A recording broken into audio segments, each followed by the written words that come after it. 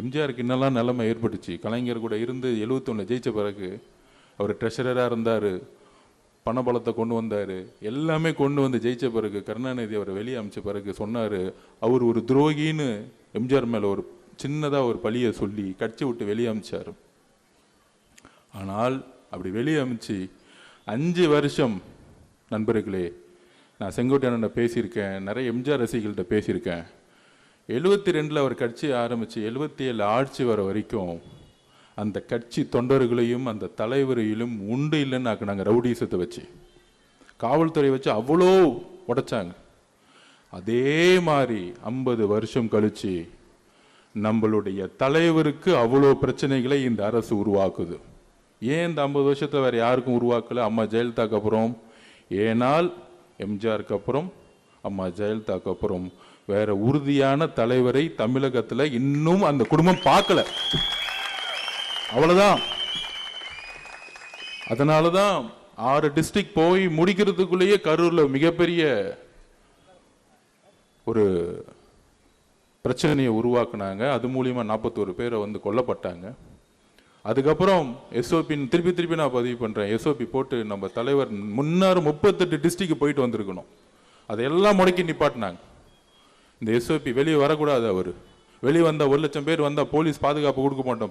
Police பாதுகாப்பு கொடுக்கலன்னா மக்களுக்கு எதாவது ஆகட்டும். மக்களுக்கு எதாவது ஆன பிறகு அந்த கொலைப்பழியை நம்ம தலைவர் விஜய் அவர்கள் மேலே போடட்டும். இதுதான் அவங்களுடைய பிரச்சாரம் கடந்த 6 மாசமா. வேற எந்த பிரச்சாரமும் அவங்களுக்கு எடுபடலை. தனிப்பட்ட பிரச்சாரங்கள் எதுவுமே எடுபடலை. அப்ப ஏன் முடக்கிறாங்க? ஏன்னா அவங்களுக்கு தெரியும், ஒவ்வொரு மாவட்டத்திலையும் ஒவ்வொரு சர்வே எடுக்கும் பொழுது நம்மளுடைய வளர்ச்சி எவ்வளோ, தலைவர் ஒவ்வொரு ஊருக்கு போயிட்டு வர்றதுக்குள்ள எவ்வளோ பெரிய வளர்ச்சின்னு அவங்களுக்கு தெரியும்.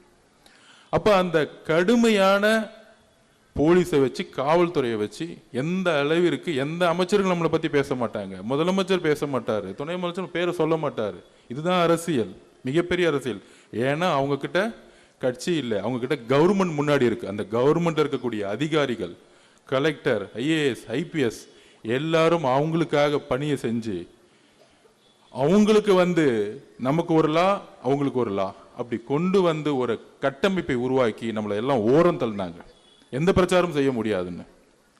ஆனா அதெல்லாம் மீறி எங்கெல்லாம் பிரச்சாரம் செஞ்சோமோ அங்க மக்களுடைய ஆதரவு, உண்மையா சொல்றேன், எம்ஜிஆருக்கு மிகப்பெரிய ஆதரவு வந்துச்சு. நான் திருப்பி சொல்றேன், யூடியூப்ல போய் திருவாரூர்ல போய் பாருங்க. ஒட்டுமொத்த திருவாரூர்ல தஞ்சாவூர் பெல்ட்டே அங்கதான் இருந்துச்சு. திருவாரூர்ல அதை பார்த்தே அவங்க பயந்துட்டாங்க. ஸோ உடனே அந்த கரூருடைய இன்சிடென்ட்க்கு அப்புறம் நீங்க பார்த்துருப்பீங்க, ரீசெண்டா நம்ம மேல வந்து அதிமுக இவங்கெல்லாம் விமர்சனம் பண்ணிட்டு இருப்பாங்க. இப்ப ரீசெண்டா இந்த 1 வாரமா இன்னைக்கு என்ன நாள் சொல்லுங்க? இன்னைக்கு என்ன நாள்? இன்னைக்கு ரம்ஜான். நம்மளுடைய சகோதர சகோதரிகள் நோன்பு இருந்து நேற்று முடிச்சு, தலைவர் 2 நாளுக்கு முன்னாடி நோன்பு இருந்து ஈவினிங் முடிச்சு நம்ம கொண்டாடணும். அப்ப அவர் பேசும்போது ஒரு முக்கியமான ஒரு விஷயம் பதிவு பண்ணார். 15 நாளா தலைவரை சுத்தி, கட்சி சுத்தி, தமிழக வெற்றி கழகம் பிஜேபி கூட போயிடுவாங்க பேசுறாங்க. அவர் டெல்லி போயிட்டா சிபிஐ வந்து அவர் வந்து அழுத்தம் கொடுக்குது. இந்த கட்டமைப்பை திமுகவும் அதிமுகவும் பிஜேபியும் 3 பேரும் சேர்ந்து இந்த பிரச்சாரத்தை உருவாக்கிட்டே இருக்காங்க.